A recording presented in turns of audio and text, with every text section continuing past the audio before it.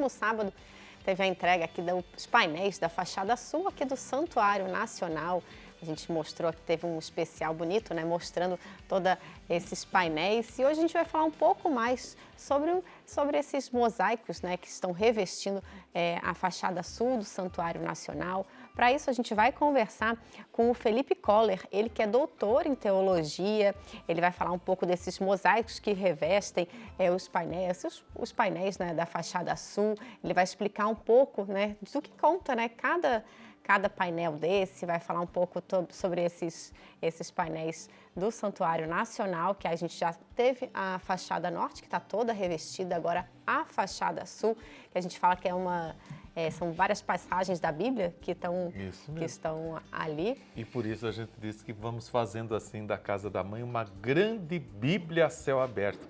Além da arte e beleza que evangeliza, e o professor vai poder dizer isso tudo para nós, né, Letícia? A gente tem um projeto pastoral, que é aproximar a Bíblia do devoto de Nossa Senhora, porque ela é a melhor e mais perfeita discípula da palavra. E claro, como sempre diz nosso querido Dom Orlando Brandes, é Bíblia na mão, no coração e pé na missão, uma igreja mais bíblica. Vamos receber aqui então o nosso convidado, Felipe Koller, que vai dizer melhor então sobre todos os elementos artísticos envolvidos agora na fachada sul. Bom dia, meu jovem, bem-vindo.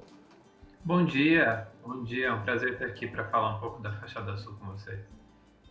Queria que você contasse, então, para quem está em casa, a gente teve a fachada norte, né, que é o Antigo Testamento, e a fachada sul. Conta um pouco mais sobre todo o contexto da fachada sul.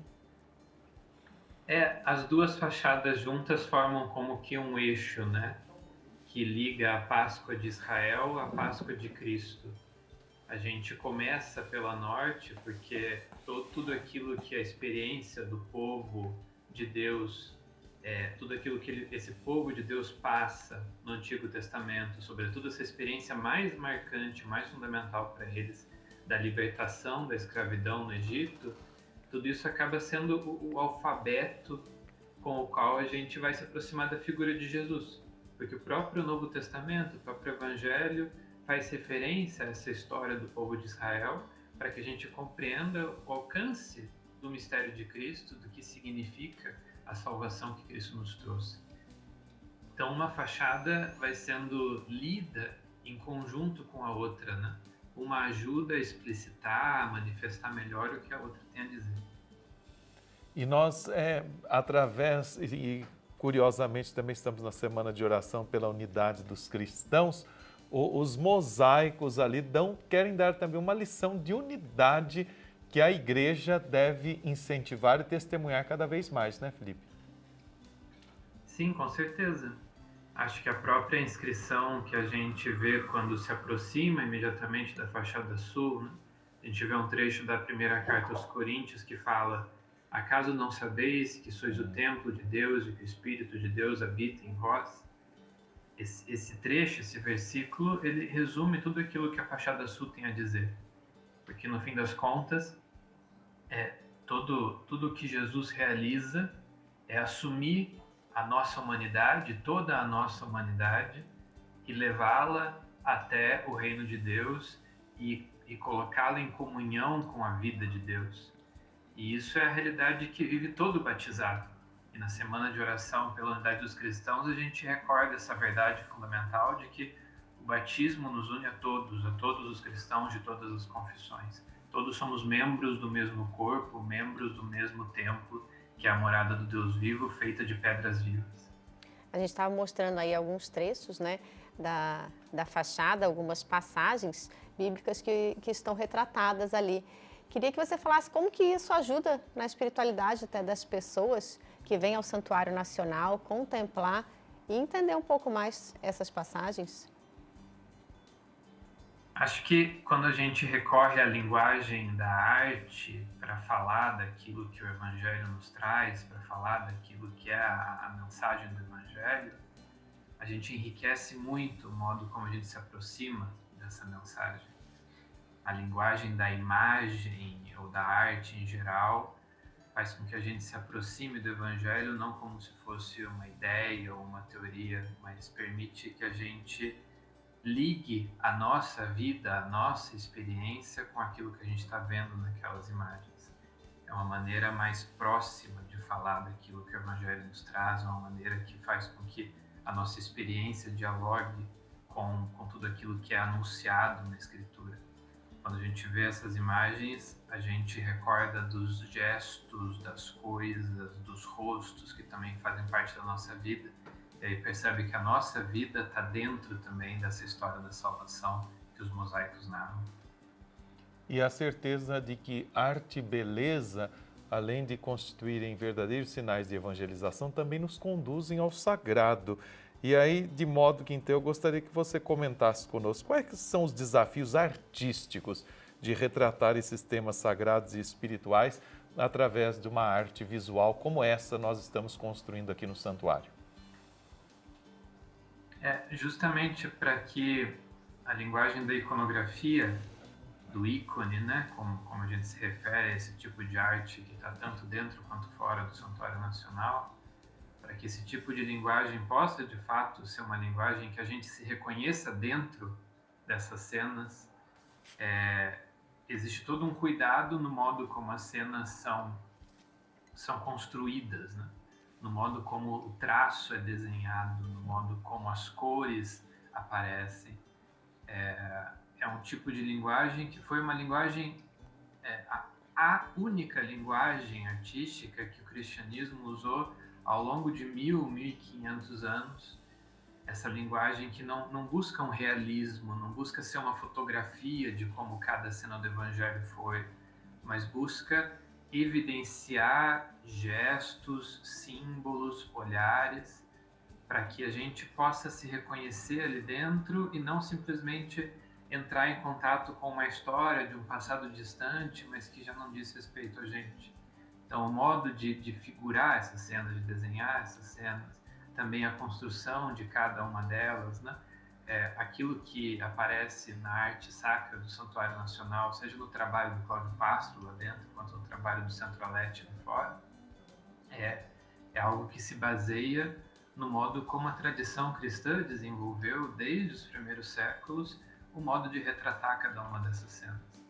Então, a gente vê, se pegar a cena do nascimento de Jesus, ou da apresentação de Jesus no templo, ou do lava-pés, a gente vê elementos, gestos que remetem a essa grande tradição e permitem que a doutrina da igreja, a mensagem do evangelho seja comunicada de uma maneira sólida, de uma maneira que não busque simplesmente nos tocar de alguma maneira superficial, mas de fato comunicar aquilo que o mistério de Cristo realiza na nossa vida. E Felipe, que outras passagens você destacaria, até para quem vem ao santuário, prestar mais atenção, de repente, que você destacaria da fachada sul? Acho que uma das partes mais interessantes da fachada sul é aquele corredor na parte de baixo, que é a continuação dos arcos da colunata, né? Quando a gente passa por perto ali da entrada da Sala das Confissões.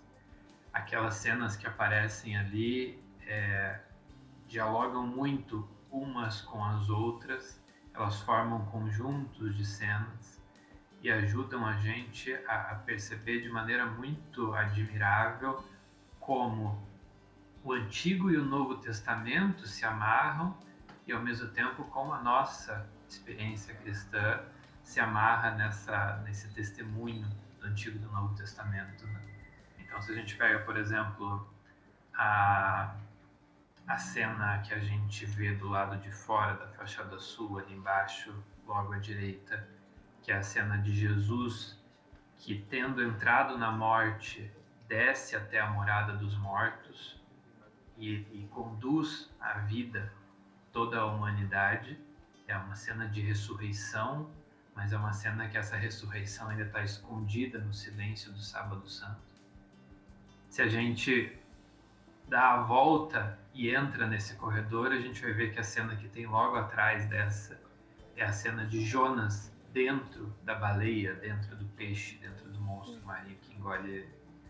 E as duas cenas conversam uma com a outra, porque Jesus também está dentro do ventre da morte, ele se identificou conosco até a fraqueza e a morte, e nos encontrou ali onde a gente estava, nesse lugar de não redenção, de não salvação. E a gente vê Jonas depois, a gente lembra que Jesus diz que o único sinal que ele vai dar é o sinal de Jonas, ou seja, permanecer no ventre da morte por 3 dias e depois reaparecer, né? E logo em seguida, de frente para a cena de Jonas, a gente vê a ressurreição de Lázaro, onde Jesus também prenuncia a sua própria ressurreição e fala da sua ressurreição como algo que diz respeito a nós. Nós participamos da ressurreição dele. Então é uma cena muito tocante, porque a gente vê Lázaro enfaixado, saindo do túmulo, e a gente vê Jesus assumindo o lugar dele, entrando no túmulo, assumindo a morte para nos dar a vida. É por isso que o tema cai muito bem, né? A nossa vida na Páscoa de Cristo, tendo essa certeza da passagem para a vida nova e todo o colorido, cada detalhe, cada elemento, como você está tão bem contextualizando para nós teologicamente, vai ajudar o romeiro de Nossa Senhora a ter mais amor pelas Sagradas Escrituras. Esse é um grande objetivo nosso, né, Felipe?